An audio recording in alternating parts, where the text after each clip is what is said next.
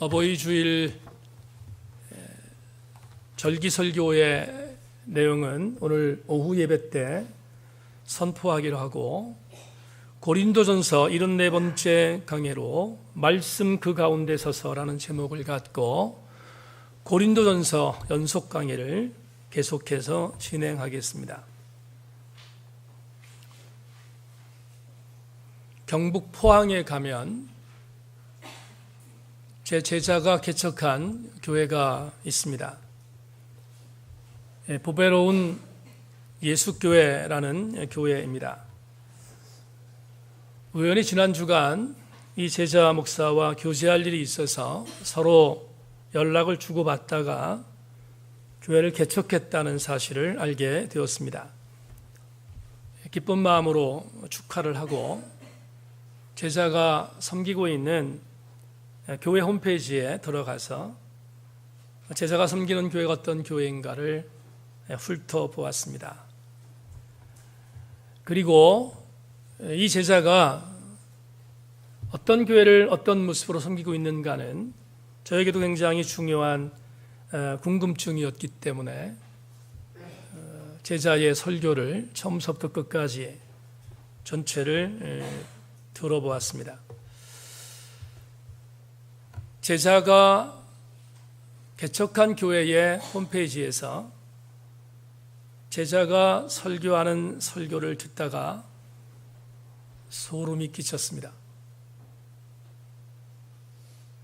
왜 그런가 하면 어디선가 많이 들어본 설교 같았기 때문입니다. 1989년 대학원을 공부하다가 부산에 있는 한 교회로 부교육자로 부임하게 되었습니다. 그 교회에서 전담 사역을 감당했지만 교육기간은 고등부를 맡았기 때문에 고등부 학생들과 함께 주일 오후 예배 때 항상 말씀을 증거했습니다. 그 당시 제가 부교육자로 섬기던 교회의 고등부 학생들은 약 100여 명 정도가 모이던 나름대로 건실한 교회였습니다. 고등부 예배가 진행이 되면 키가 작은 어떤 남학생이 맨 앞자리에 나와서 은혜를 사모하는 것을 보았습니다. 그래서 그 고등학생을 주목하게 되었는데 주마다 달마다 쑥쑥쑥 커가는 그 고등부 학생이 너무 대견했습니다. 그리고 저는 1년 사역을 마치고 단독 목회를 나아갔습니다. 훗날 이 키가 조그맸던 고등학생이 일반 대학을 졸업하고 서울신학대학원 대학원에 입학하여 선지동산에서 공부하고 있다는 이야기를 듣고 모교에 들려서 격려한 적이 있습니다. 그리고 대학을 졸업한 이후 안수를 받고 포항의 아주 건강한 교회에서 부교육자 사역을 감당하다 그 교회의 기념주일을 맞이하여 특별하게 개척한 교회의 개척자로 선정돼서 세운 교회가 보배로운 예수교회입니다. 이 제자 목사를 참 오래간만에 교제하고 만나다가 이런 생각이 들었습니다. 그 제자가 설교하는 설교를 들으면서 옛날 고등부 시절 그 고등학생의 뜨거웠던 열정과 그리고 그 목사가 지금 전하는 메시지가 그 고등부 시절 때 전하던 메시지에서 빗나가지 않았다는 사실 때문에 소름 끼쳤습니다. 제자는 제가 본 설교 영상에서 단 한 발자국도 물러서지 않고 십자가의 복음을 전했습니다.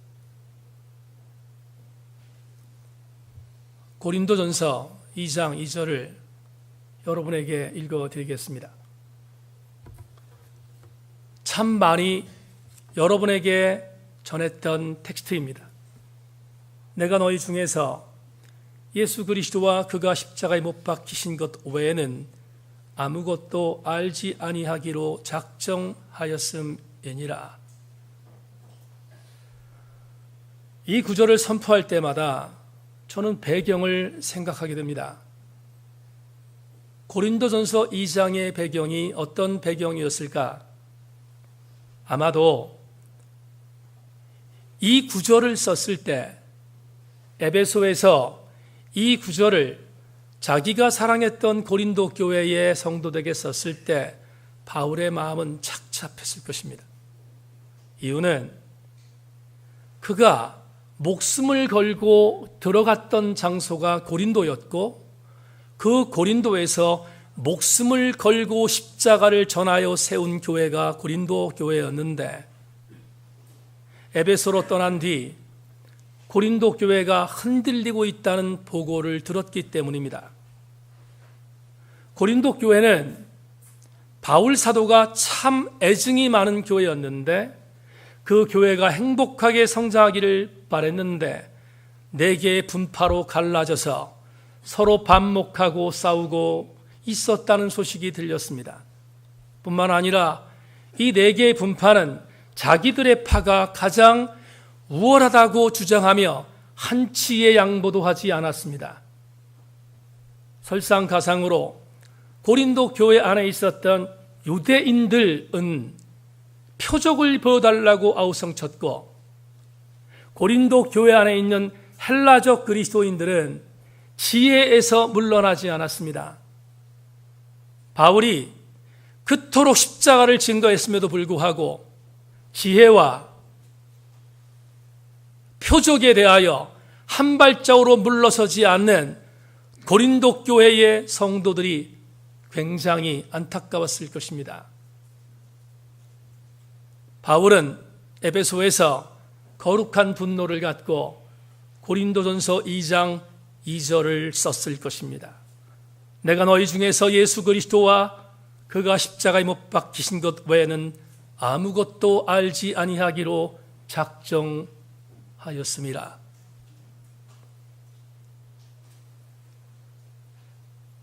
교우 여러분, 바울은 바보가 아닙니다. 바울은 무식한 자도 아니었습니다.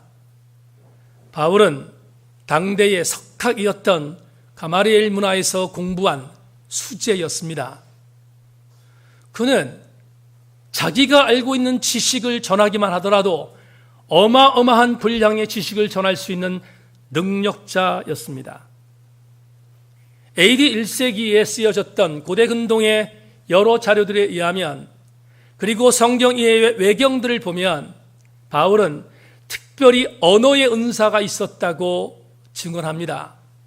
헬라어, 히브리어, 라틴어, 그리고 아람어까지.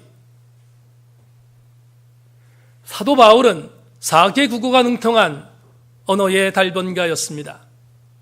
그는 최고의 지식을 갖고 있었던 사람이었습니다. 그런 그가 무식하지 않았고 무지하지 않았던 그가 이렇게 말했다는 것은 대단한 선포이지 않습니까? 내가 예수 그리스도께서 십자가에 못 박혀 달려 돌아가신 것 이외에 그 어떤 것도 알지 아니하기로 작정했다는 선포는 고린도 교회에 분열되어 있는 그들에게 상당한 충격을 주었을 것은 재론의 여지가 없습니다. 고린도전서 2장 2절을 여러분들에게 읽어드리는 이유가 무엇일까? 이 생각이 들었습니다. 바울이 무식했기 때문에 고린도전서 2장 2절을 말한 것이 아니라 그는 고린도전서 2장 2절을 선포할 정도의 가장 강력한 십자가의 믿음의 전성기를 구가하고 있었기 때문임을 선포하기 위해서입니다. 그가 붙들려 있는 것은 세상의 지혜도 아니요 표적도 아니었습니다. 그가 붙들려 있었던 것은 십자가의 예수 그리스도였습니다. 목회 현장에 나와서 사역한 지가 30년이 되었습니다.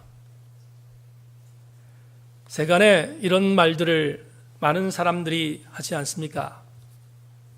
여러 가지 많은 힘든 일을 경험한 그들이 독백할 때 산전수전 공중전을 다 겪었다고 말합니다. 저 역시 30년을 뒤돌아보면 산전수전 공중전 영전까지 했습니다. 제 목회의 여정도 뒤돌아보면 녹록하지 않았다는 것을 말씀드리는 것입니다. 심지어 목사의 로브를 벗어야 되겠다고 생각한 적도 있을 정도로 참담함을 경험한 적도 있습니다. 그런데 그때마다 치명적인 어려운 순간에 다시 옷깃을 고추 세울 수 있었던 이유는 저에게 이것만큼은 포기할 수 없었기 때문입니다. 바울의 그것, 십자가에 달려 돌아가신 예수 그리스도께서 나의 주군이라는 사실, 그것입니다. 어찌 이것이 담임 목사만의 고백이어야 하겠습니까? 여기에 모여있는 우리 전부의 고백이어야 되지 않겠습니까? 십자가에 못 박혀 달려 돌아가신 예수 그리스도, 그분을 믿고 달려왔던 30년, 저에게 대단히 중요한 결과물들이 나타났습니다. 저에게 엄청난 어마어마한 큰 교회 건물이 있는 것도 아니요, 저에게 수만 명이 모이는 제가 섬기는 신자들이 있는 것도 아닙니다. 지난 30년 동안 예수께서 십자가에 달려 돌아가셨고 그분이 다시 살아나셨다는 사실을 믿고 달려온 30년의 결과물은 이것입니다. 나도 모르게 그 십자가의 은혜를 붙들고 달려왔던 사람들이 생겼다는 것입니다. 저에게 최고의 주신 하나님의 선물은 뭔가 십자가의 사람들이 배출되었다는 것입니다.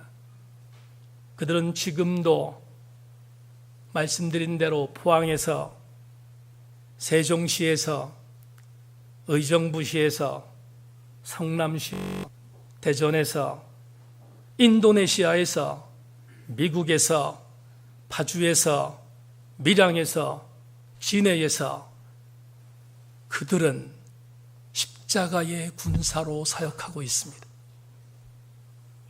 이제 목회의 30년 여정 중에 가장 많이 심혈을 기울인 제천세인교회 성도들에게 묻겠습니다.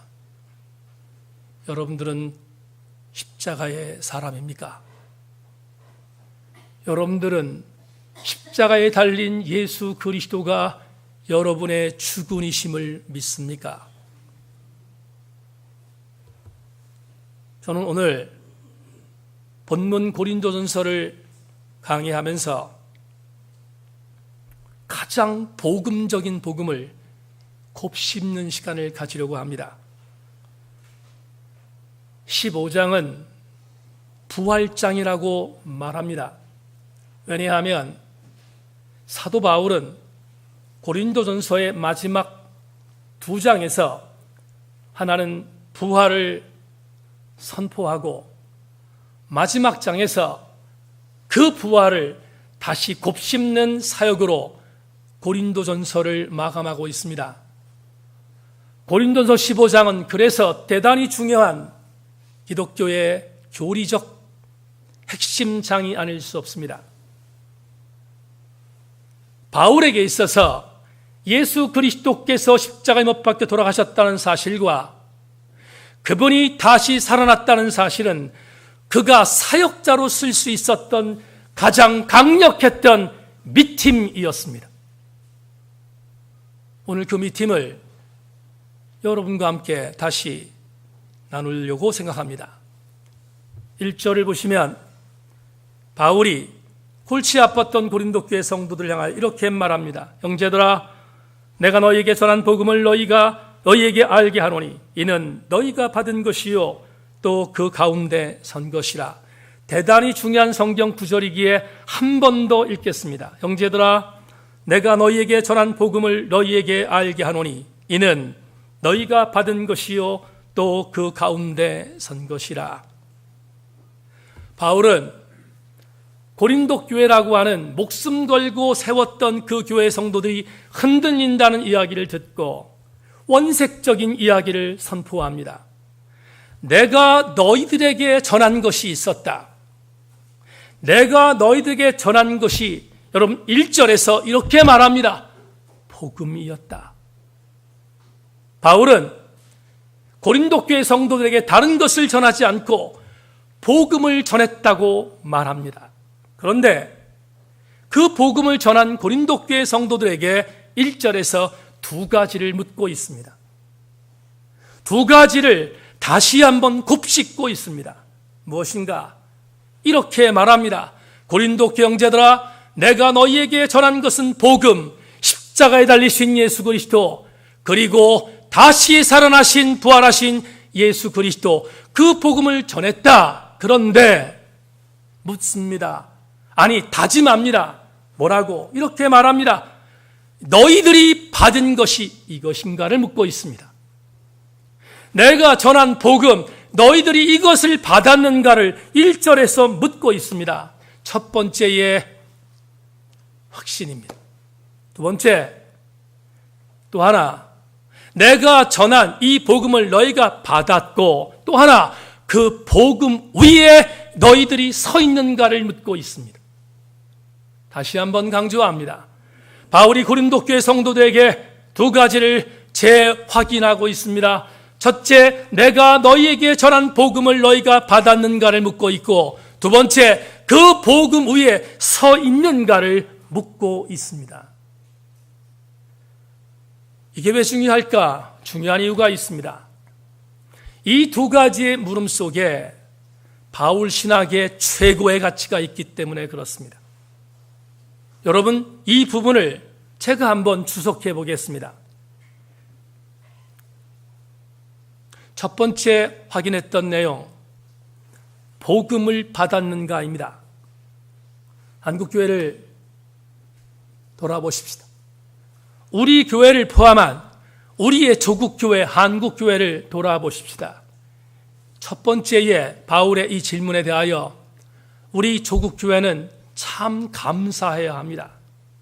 왜냐하면 전 세계의 프로테스탄트 교회 중에서 한국교회만큼 복음의 확실성을 전한 교회가 드물기 때문입니다.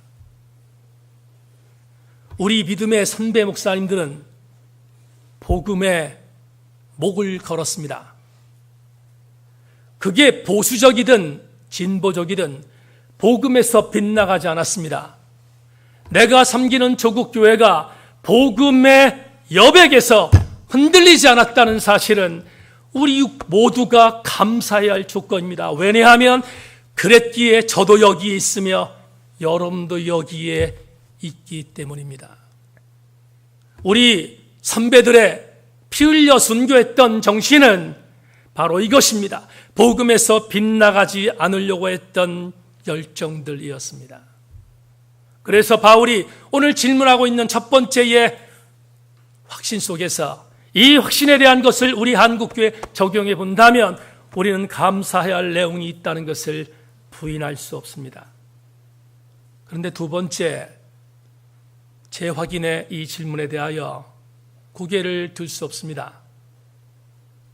복음을 받은 것은 아멘하지만 그 받은 복음 위에 서 있는가의 대답을 해야 하는데 걸끄럽습니다. 왜냐하면 복음 위에 서 있다는 것은 단순히 서 있다는 것이 아니라 그 복음의 말씀대로 살고 있느냐를 묻기 때문입니다. 한국교회가 힘들어진 이유가 무엇일까? 복음의 능력을 받았는데 살지 않기 때문입니다. 살지 않아서, 그래서 두 번째 질문에 우리가 고개를 들 수가 없다는 것은 참으로 부끄러운 우리들의 자화상이 아닐 수 없습니다. 또 한 가지를 추석하겠습니다. 2절로 가십시다. 2절에 이렇게 말합니다. 너희가 만일 내가 전한 그 말을 굳게 지키고 헛되이 믿지 아니하였으면 그로 말미암아 구원을 받으리라. 이 말을 정설로 해석하면 대단히 감사한 말입니다. 왜냐하면 너희가 만일 내가 전한 그 말을 듣고 굳게 지키고 헛되이 믿지 아니하였으면 그로 말미암아 구원을 받는다는 이 말을 우리에게 적용한다면 이런 것입니다. 이건 100% 아멘입니다. 왜냐하면 여러분, 바울이 고린도 교회에 전한 그 말이 무엇입니까? 예수 그리스도께서 나를 위하여 죽으셨고 예수 그리스도께서 나를 위하여 다시 살아났다는 복음이지 않습니까? 이 말을 우리가 받았다는 사실, 이걸 굳게 지키고 이걸 온전히 따르면 구원받는다는 이 메시지는 우리에게도 동일하게 적용되는 것입니다. 정설로 이 말을 읽으면 굉장히 감격적인 아멘의 메시지입니다. 그런데 이 말을 뒤집어 보십시다. 이 말을 거꾸로 보십시다. 바울이 왜 2절에서 고린도 교회 성도들에게 이 말을 전했을까? 이 거꾸로의 여백에는 이것이 있습니다. 이토록 목숨 걸고 십자가의 복음을 전했고 부활의 메시지를 전했는데 고린도 교회 안에 있는 성도들 중에서 바울의 이 복음을 믿지 않는 자들이 있다는 것이 아닙니까? 반대로 말하면 이 복음을 받아들이지 않는다는 것입니다. 유추할 수 있습니다. 왜 고린도 교회 안에 있는 성도들이 예수 그리스도의 복음의 이 능력을 받아들이지 않았는가? 아까 말씀드렸습니다. 그들이 갖고 있었던 지혜가 복음보다 앞섰기 때문에, 그들은 표적을 보아야 예수 그리스도께서 나의 구주라는 사실을 믿었기 때문에, 표적과 지혜가 십자가의 복음보다 앞섰기 때문에 그들은 복음을 받아들이지 않았던 것입니다. 여기서 또 한 가지 본문 주제를 통하여 유추할 수 있는 것이 있습니다. 바울이 분노 섞인 모습으로 왜 너희들 중에 예수 그리스도의 복음을, 이 구원의 조건인 예수 그리스도의 복음을 너희들이 믿지 않는가를 증언하는 이 증언 속에 바울의 분노 섞인 이 외침이 충분히 이해가 됩니다. 왜 그럴까요? 고린도전서를 강해를 시작하면서 고린도전서의 저작 시기를 여러분에게 나누었습니다. 에베소에 있었던 바울이 AD 52년부터 55년 사이, 53년부터 56년 사이 넓게 잡아서 이 정도의 바울이 에베소에서 고린도전서를 썼다고 했습니다.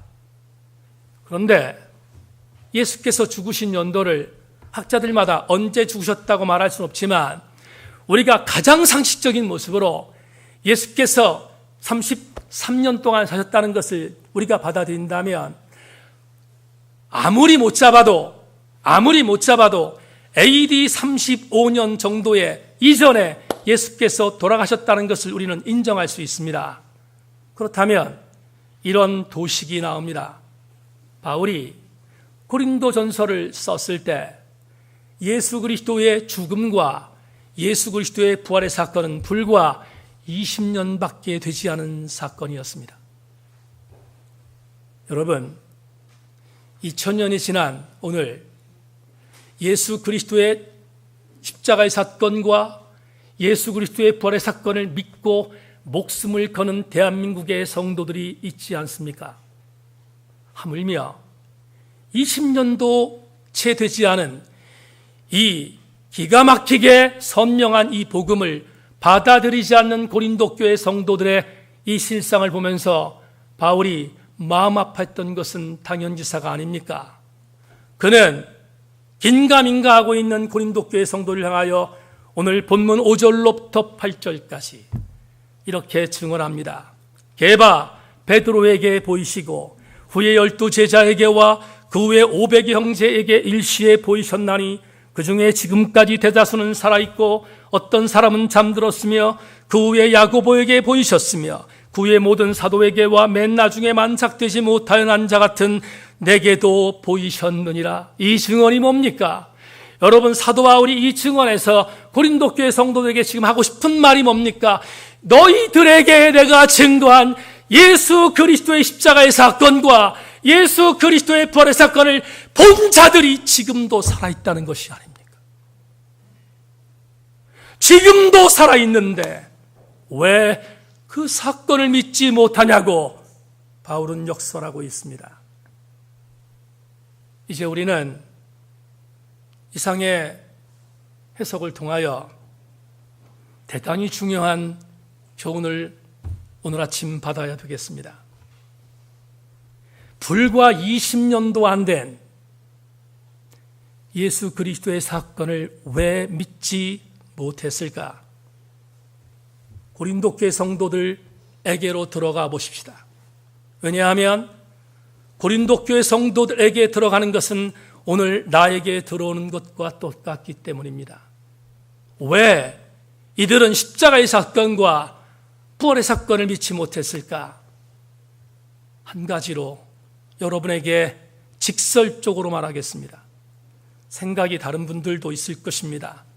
그러나 이 목사가 여러분에게 직설적으로 말하는 것을 주목해 주시기를 바랍니다.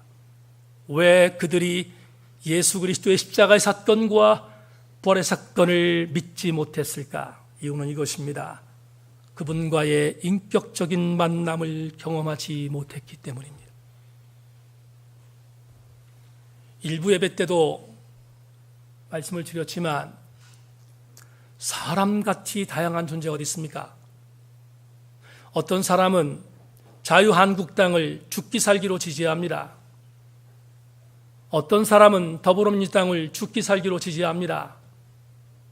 둘은 서로 매치되지 않습니다. 어쩔 수 없습니다. 인간 심성의 다양함 때문입니다. 좌파가 있으면 우파도 있습니다. 우파가 있으면 좌파도 있습니다. 우리 교회 이야기를 합시다. 우리 교회에 감성적인 신앙의 여지가 많은 성도가 있는가 하면 우리 교회에 치성적인 신앙의 여지가 많은 사람이 있습니다. 누가 더 올바른 신앙생활입니까? 그런 말도 안 되는 질문이 어디 있습니까?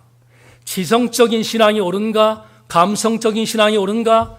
그건 여러분 질문 자체가 성립되지 않습니다. 인간은 누구든지 갖고 있는 성향에 따라 신앙생활하는 것이 당연하기 때문입니다. 그래서 어떤 분이 저에게 이런 얘기를 했습니다. 목사님, 인격적인 만남에 대한 이야기를 할 때 이 얘기를 했습니다. 목사님, 사람들이 성향이 다른데 인격적인 만남만을 고집하는 것은 문제가 있지 않습니까?를 저에게 물은 적이 있습니다. 제가 고개를 끄덕거리며 그 지체에게 당신이 하는 말의 부분을 동의합니다를 전한 적이 있습니다. 그러나 사람의 성향이 다르고 사람의 성격이 다르고 태어난 환경 그리고 그가 선천적으로 후천적으로 갖고 있는 어떤 템퍼, 기질들 이런 것들이 다르다고 해서 제가 모든 것을 동의한 것은 아닙니다. 여러분, 신앙생활의 접근은 다를 수 있습니다. 좌파적으로, 우파적으로, 지성적으로, 감성적으로 신앙적인 접근은 충분히 다를 수 있습니다. 그러나 아무리 그래도 양보하지 않을 것이 있습니다. 주님께 가는 방법은 다양하지만 내가 십자가의 사건과 부활의 사건이란 구원의 조건, 그것을 믿는 구원의 조건은 변하지 않습니다. 어떻게?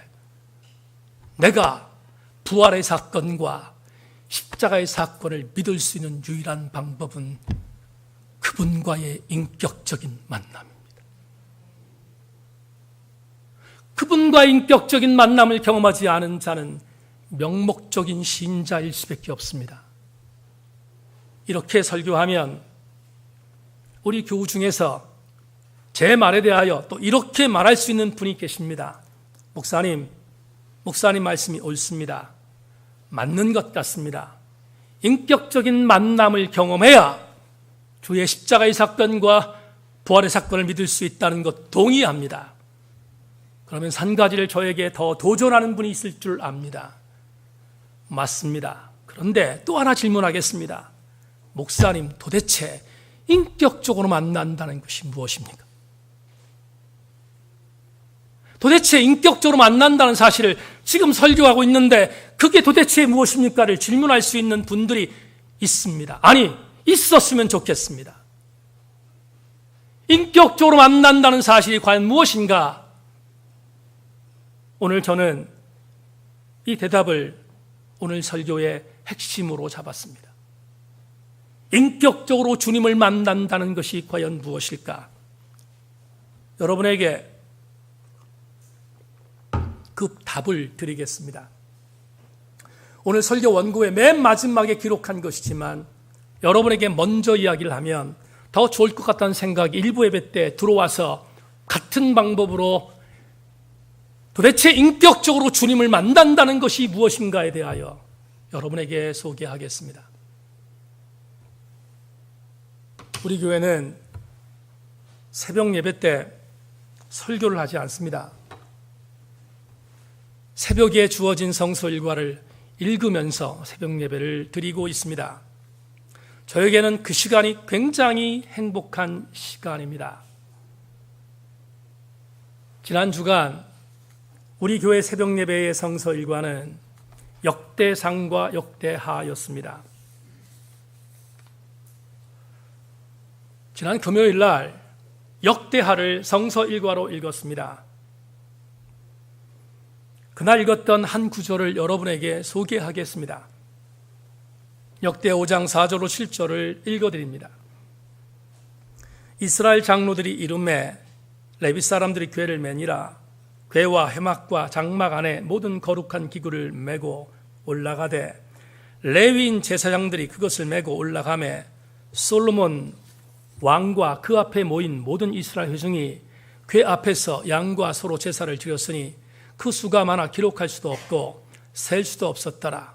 제사장들이 여호와의 언약궤를 그 처소에 메어 드렸으니 그 본전 지성소 그룹들의 날개 아래라. 여러분은 지금 이 구절을 들으면서 도대체 이게 무슨 소린가 라고 생각할 정도로 무미건조하게 이 말씀을 받는 분들이 대다수일 것입니다. 그런데 저는 지난 금요일 날 이 말씀을 받다가 가슴이 뜨거워졌습니다.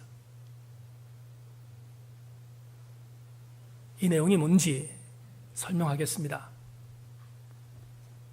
솔로몬이 우여곡절 끝에 7년 동안 하나님의 성전을 건축해서 봉헌했습니다.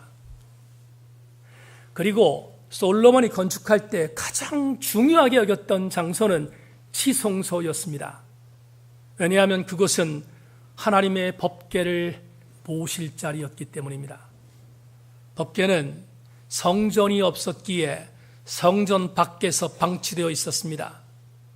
성전이 완성되고 드디어 하나님의 법궤, 엘리 시대에 빼앗겼던 하나님의 법궤를 원자리로 돌리는 바로 그 위대한 순간이 역대하 5장에 기록되어 있습니다.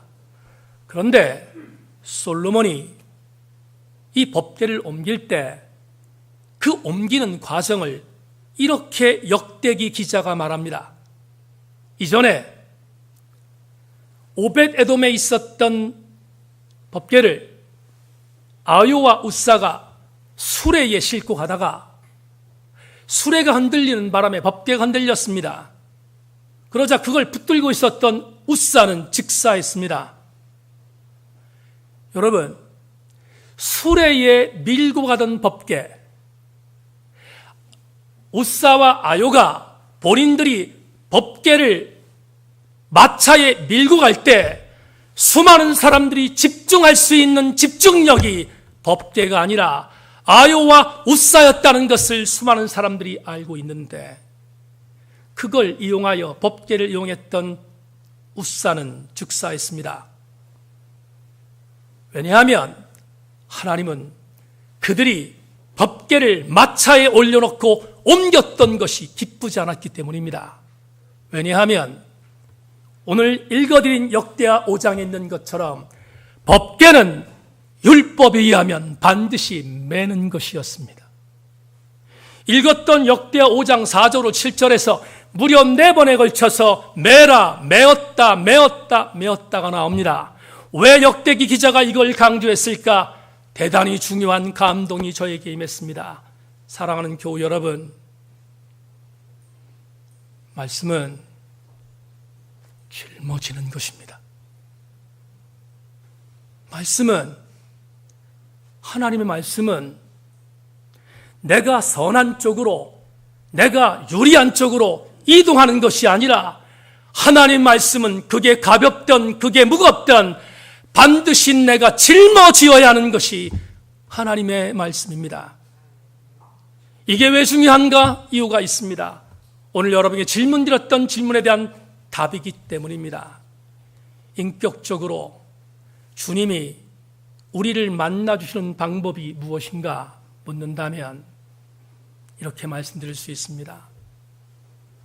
지난 금요일 역대하 5장에 있는 맨다는 하나님의 법궤의 말씀을 통하여 이강동 목사에게 찾아오셔서 그날 그 말씀을 통하여 저에게 감동을 주신 사건이 바로 인격적인 만남인 것입니다.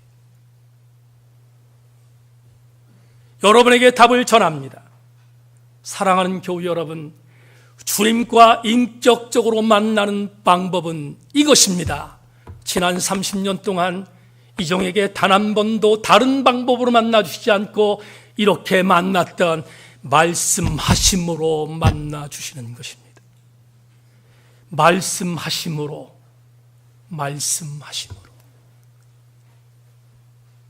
독일에 있는 제독학자 중에 한병철 교수가 있습니다. 그가 심리정치라는 책에서 이런 글을 썼습니다. 여러분 굉장히 주목할 이유이라서 제 책에도 이 내용을 인용했습니다. 모든 명령체계, 모든 지배의 기술은 피지배자들의 예속을 시키기 위해 고유한 성물을 만들어낸다. 성물은 지배관계의 물주화로서 지배관계를 공고히 하는 데 기여한다. 성물을 곧 예속됨을 의미하는 것이다. 스마트폰은 일종의 디지털 성물이다. 아니, 디지털의 성물이 곧 스마트폰이다. 스마트폰은 묵주처럼 예속의 도구로 기능한다. 스마트폰과 묵주는 모두 자기 겸혈과 자기 통제에 사용된다. 지배는 감시 업무를 개인에게 떠넘김으로써 효율성을 제고한다. 좋아요를 누르는 것은 디지털의 아멘이요, 우리는 좋아요를 클릭하는 순간 스스로 지배에 속되는 것이다. 스마트폰은 효과적인 감시 도구일 뿐 아니라 모바일 구애실이기도 하다. 페이스북은 디지털 교회 글로벌한 디지털 신화 고고 회당이다. 여러분, 왜 한병철 교수가 심리정치에서 이 글을 썼을까? 이유가 있습니다. 현대를 살아가는 수많은 현대인들이 디지털의 기계가 이미 말씀을 대체하고 있기 때문입니다. 우리는 하나님의 말씀을 통하여 인격적으로 주님을 만나야 함에도 불구하고 우리 모두의 인격이 이미 디지털 기기에 예속되었다면 어찌 우리가 주님을 인격적으로 만날 수 있겠습니까?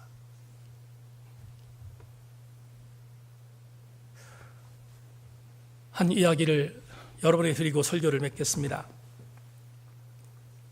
3월 마지막 주 우리 교회에서 말씀 사경회가 있었습니다. 2년 동안 하지 못하고 있다가 마음을 굳게 먹고 말씀 사경회를 진행했습니다. 아시는 것처럼 우리 교회는 부흥회를 하지 않습니다. 말씀 사경회를 합니다. 그날도 4일 동안 저녁만 모여서 사경회를 했습니다. 사경회를 진행할 때 복음에서 물러서지 말자가 주제이지 않았습니까? 4번의 집회를 통하여 복음을 전했습니다. 다 끝나고 난 뒤 한 지체가 한 모임에서 저에게 이렇게 말했습니다. 목사님, 사경회 내내 참석해서 몹시 불편했습니다. 우리 교회로 적을 옮기고 나서 처음으로 만난 말씀 사경회가 내내 부담스러웠습니다. 그래서 놀란 마음으로 이야기를 들었습니다. 왜 그런지. 그랬더니 그 지체가 이렇게 말했습니다. 목사님, 저는 전에 교회에서 경험한 것이 부흥회였습니다. 부흥회를 참석할 때마다 좋았습니다. 왜냐하면 달콤했기 때문입니다. 왜냐하면 귀에 익숙했기 때문입니다. 내 귀에 익숙한 말씀이 들어오니까 불편하지 않았습니다. 근데 그 지체가 그날 이렇게 말했습니다. 그런데 우리 교회 와서 처음으로 참석한 말씀 사경에서 무지 불편했습니다. 이유는 이것입니다. 목사님 통해 설교가 나오는 모든 설교의 메시지가 익숙하지 않았기 때문이었습니다. 그리고 부담스러웠습니다. 목사님이 전했던 모든 설교의 내용 중에서 복음에서 단 한 발자국도 뒤로 물러서지 말라는 것이 부담이었습니다. 그 자매가 이렇게 말했습니다. 그런데 이렇게 사는 것이 그리스도인이 살아가는 방법인 것을 이번에 깨달았습니다.